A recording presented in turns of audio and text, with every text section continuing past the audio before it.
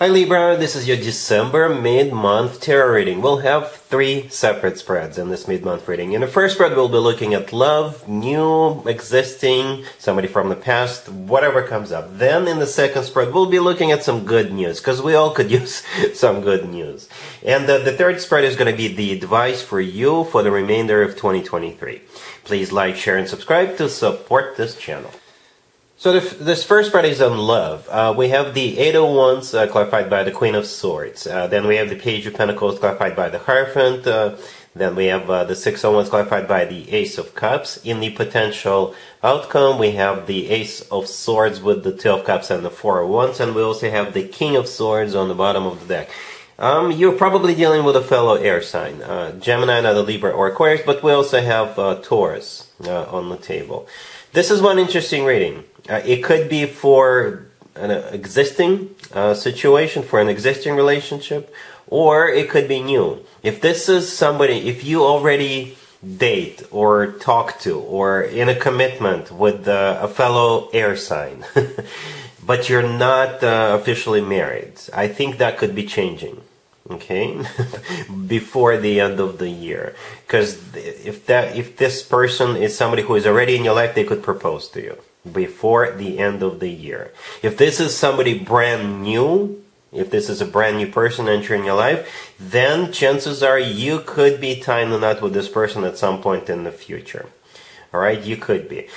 So yeah, we got both the King and the Queen of Swords. You guys are apart. You see that? The Queen of Swords is all the way to your left, and the King of Swords is all the way to your right. For the reading's sake, Libra, I assume you are the Queen of Swords, just to make it easier for me to interpret, but you can assign the roles as you wish. You can be either the King or the Queen of Swords, doesn't matter to me.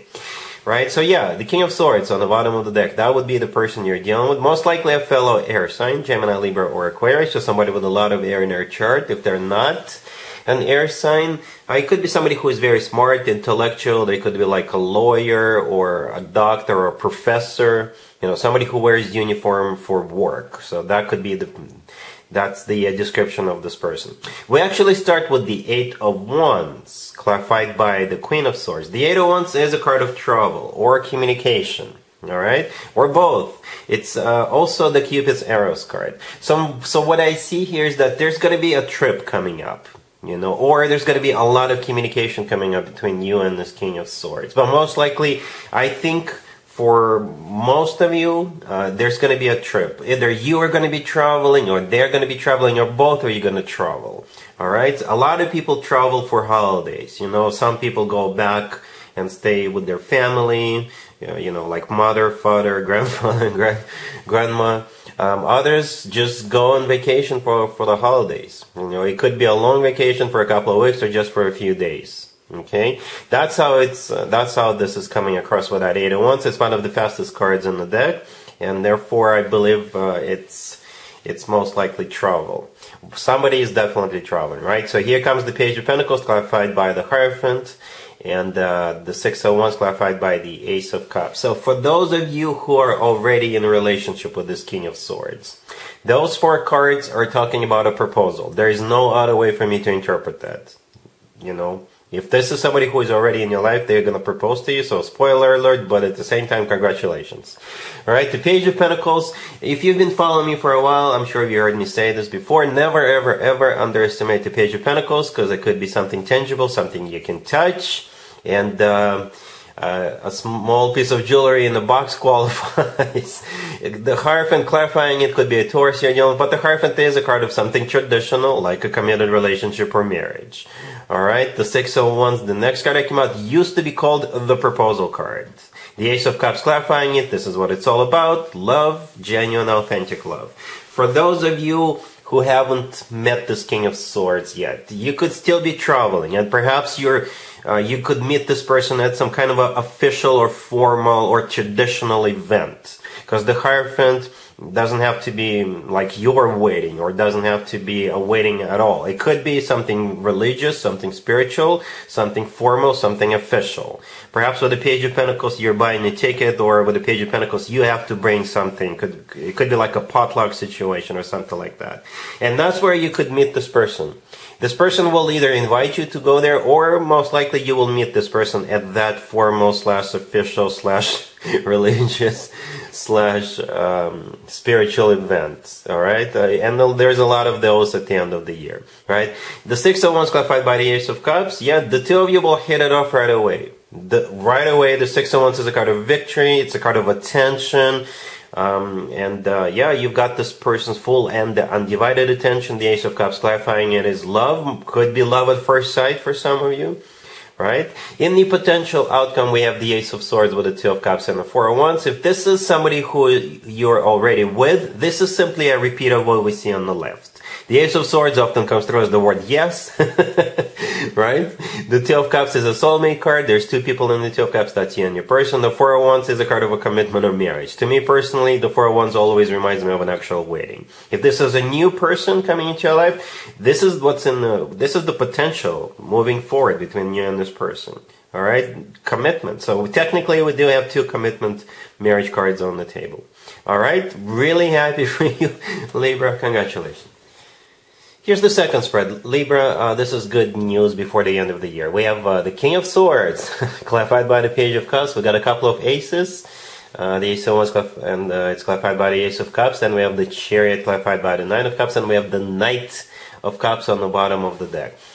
Some of you probably already guessed. This is simply a repeat of the first spread. The very first card that came out is the King of Swords. This is a different deck. As you can see, I use different decks for different spreads. So yeah, good news is that this King of Swords will either, like I said, propose to you, or if this is a new person coming into your life, you guys will hit it off. Hit it off. Hence the two aces, one clarified by another. The Ace of Wands is all about passion.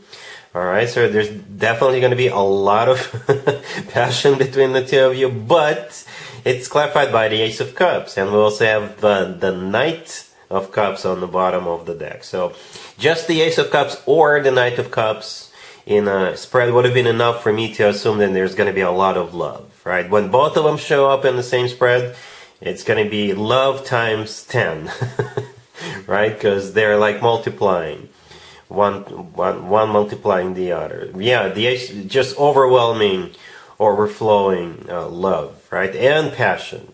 At the end, we have the Chariot clarified by the Nine of Cups. Again, travel could be somehow a part of this equation. The Chariot is also a very fast card, just like the Eight of Wands in the first spread, right?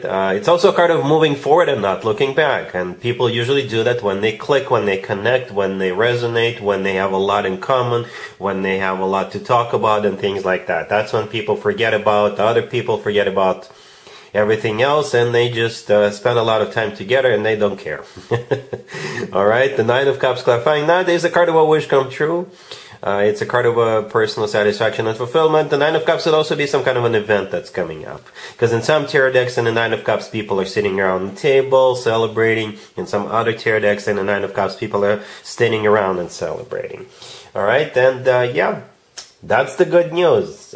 Pretty much a confirmation of what I was talking about during the first spread. But there's one small addition with that Ace of Wands. Passion. Lots of love and passion. Alright, so yeah, let's move on and check out the last spread, the advice for you for the rest of the year. Here's the advice for you, Libra, for the rest of 2023. We have the Ace of Swords, clarified by the Queen of Swords. We have the Six of Cups. Then we have the Queen of Cups clarified by the Nine of Cups and the Three of Cups on the bottom of the deck. This is a very specific spread.